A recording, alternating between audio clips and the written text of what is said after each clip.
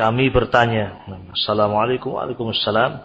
Kami bertanya bahwa semua orang atau kelompok semua mempelajari Al-Quran dan Sunnah, tetapi akidahnya kok berbeda-beda.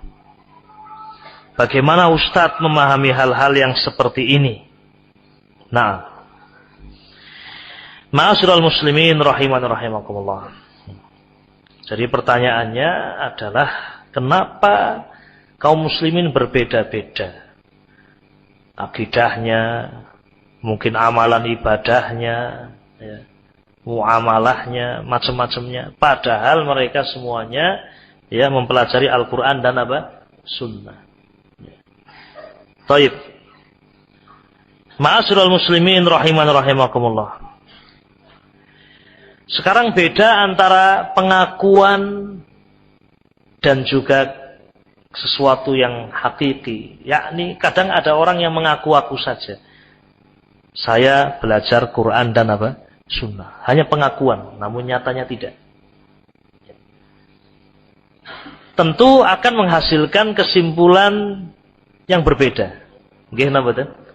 Yang ini hanya sekedar pengakuan, ayo kembali Quran dan Sunnah. Yang ini ya mempelajari. Akhirnya berbeda, karena yang satu pengakuan saja, sehingga berbeda. Kemudian juga ma'asyiral muslimin rahimani rahimakumullah, kita juga harus perlu ingat bahwasanya kita itu wajib mempelajari Al-Quran dan Sunnah dengan pemahaman siapa? Ini harus dijawab. Dengan pemahaman siapa?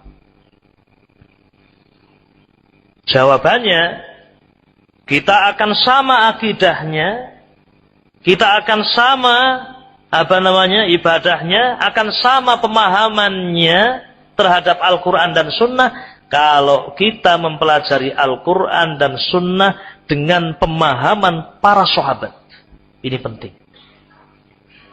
Jadi yang Allah perintahkan kepada kita untuk memahami Al-Quran dan Sunnah adalah mempelajari dan memahami Al-Quran dan Sunnah dengan pemahaman sahabat, pemahaman yang benar. Ya. Karena kalau orang kemudian mempelajari Al-Quran dan Sunnah dengan pemahamannya sendiri-sendiri, ya, 1000 akal akan ketemu 1000 apa? Pendapat. Ya. Ya. Ya. Membaca ayat wa'bud rabbaka hatta ya'tiyakal yaqin. Ini ayat Al-Quran. Ya. Dan sembahlah Allah, beribadahlah kepada Allah sampai datang kepada engkau wahai Nabi al-yaqin, keyakinan. Al-yaqin yang dimaksud dalam ayat adalah kematian. Ya. Jadi makna ayat ini, beribadahlah kamu kepada Allah sampai apa? Mati. Dan itulah yang dilakukan oleh Nabi SAW sampai wafat beliau beribadah kepada Allah. Beliau melakukan salat 5 waktu. Ya, itu yang dilakukan oleh Nabi SAW. Namun ada orang yang memahami ayat ini dengan akalnya. Wa'bud rabbaka hatta ya'tiyakal yaqin.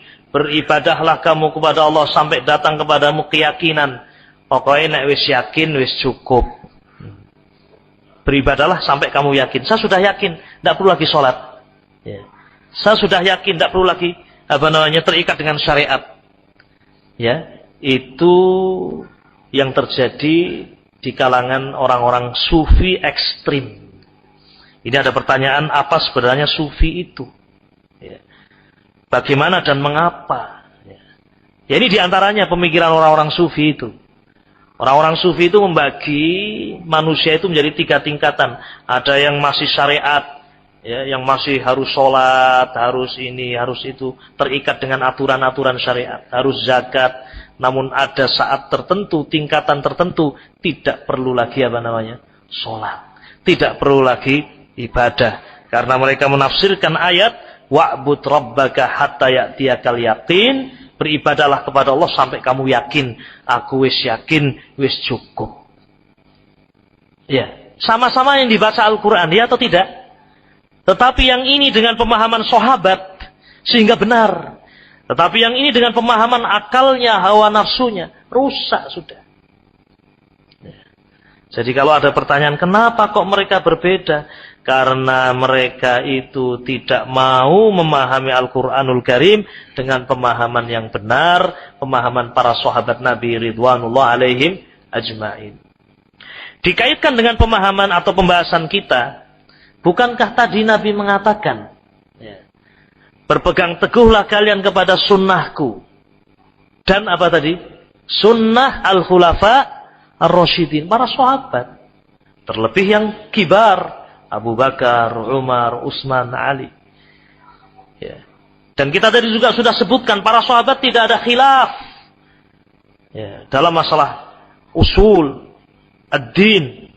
Sehingga kalau kita kembali kepada pemahaman mereka, mesti akan bersatu dan mesti akan sama. Walhamdulillahirabbil alamin. Ini sebabnya. Ya.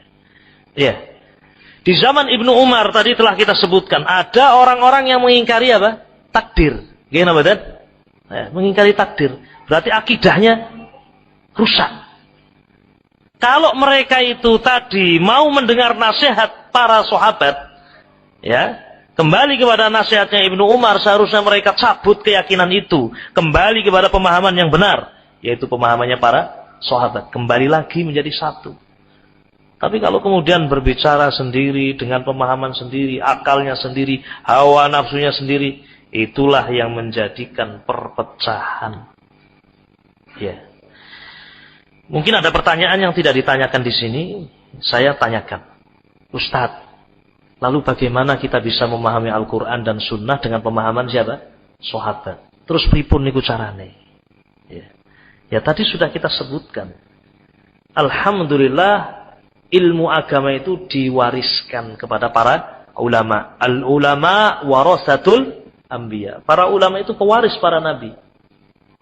Mereka bukan membuat sesuatu yang baru, warisan.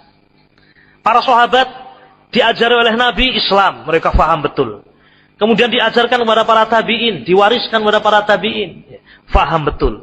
Diwariskan kepada generasi berikutnya, sampai kepada Imam Syafi'i, sampai kepada Imam Malik, sampai Imam Ahmad bin Hanbal, terus pada para ulama sampai hari ini. Alhamdulillah, Allah jaga agama ini. Karya-karya mereka bisa kita dapatkan, bisa kita baca. Bagaimana akidahnya Imam Syafi'i, baca itu bukunya Imam Syafi'i. Fikihnya Imam Syafi'i, baca buku-buku hadis dan fikihnya Imam Syafi'i. Seperti kitab Al-Um, ya. Imam Malik baca itu akidahnya. Imam Ahmad bin Hanbal baca tentang buku-buku akidahnya. Ternyata wallahi demi Allah ketika kita bandingkan, kita lihat buku-bukunya Imam Syafi'i, Imam Ahmad, Imam Malik sama semuanya akidah mereka. Tidak berbeda.